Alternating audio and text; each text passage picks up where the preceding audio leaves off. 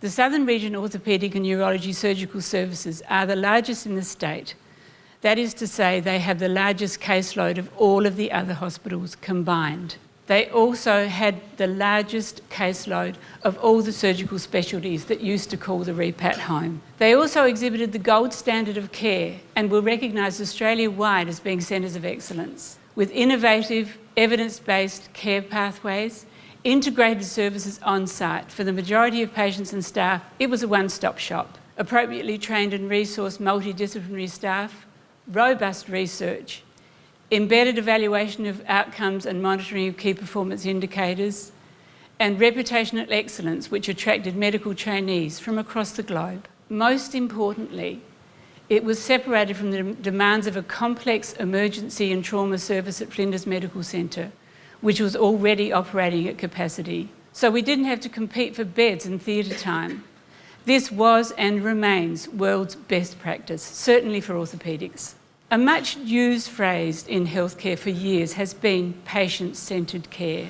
And of course, what this literally means is you take a patient, you put them in the middle of the care, and you bring the services to them. So to summarise, before the Repat was closed, we had an integrated gold standard of care.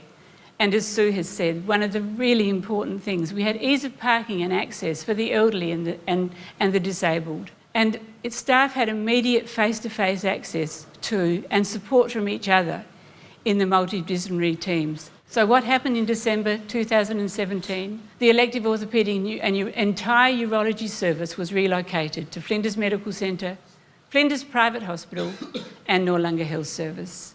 But it very soon became apparent that this fragmentation of services was not going to be able to continue to deliver the seamless Repat models of care.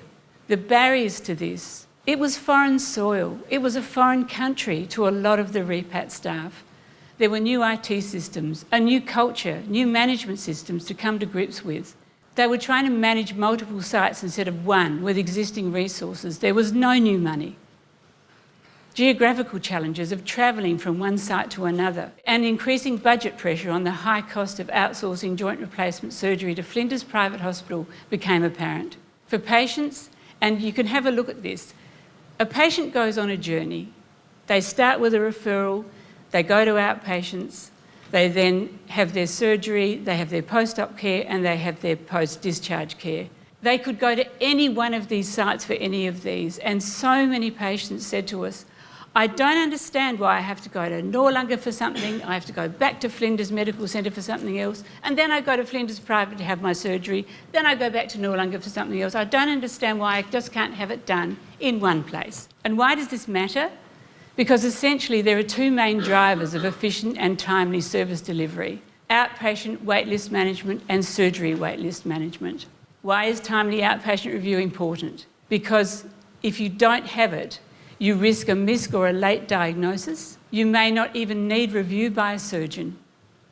You can have undetected and unmanaged depression, an irreversible deterioration of quality of life. And it also perpetuates a contrived bottleneck for waiting list management. Patients wait to wait.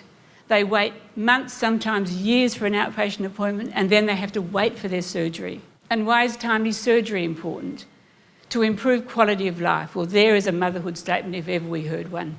But what it actually means is you do that. A hip replacement is the second most successful operation in improving patients' quality of life.